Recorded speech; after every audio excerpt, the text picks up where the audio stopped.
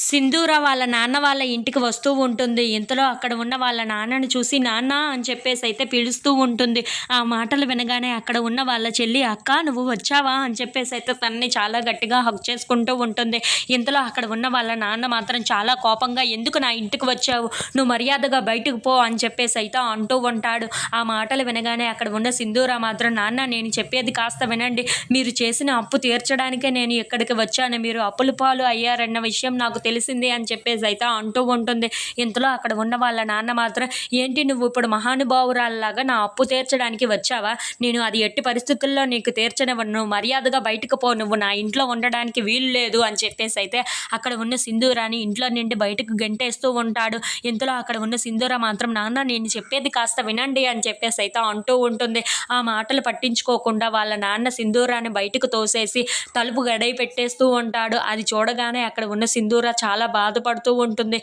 ఇంతలో అక్కడ ఉన్న వాళ్ళ నాన్నని, "నాన్న ఒక్కసారి తలుపు తీయి నాన్న, నేను చెప్పేది కాస్త విను నాన్న, ఒక్కసారి తలుపు తీయి నాన్న, నన్ను లోపలికి రాని నాన్న" అని చెప్పేసైతే చాలా బ్రతిమలాడుతూ ఉంటుంది. ఆ మాటలు పట్టించుకోకుండా వాళ్ళ నాన్న మాత్రం తలుపు గడియ పెట్టేసి లోపలికి వెళ్ళిపోతూ ఉంటాడు. అది చూసిన సింధూర చాలా బాధపడుతూ ఉంటుంది.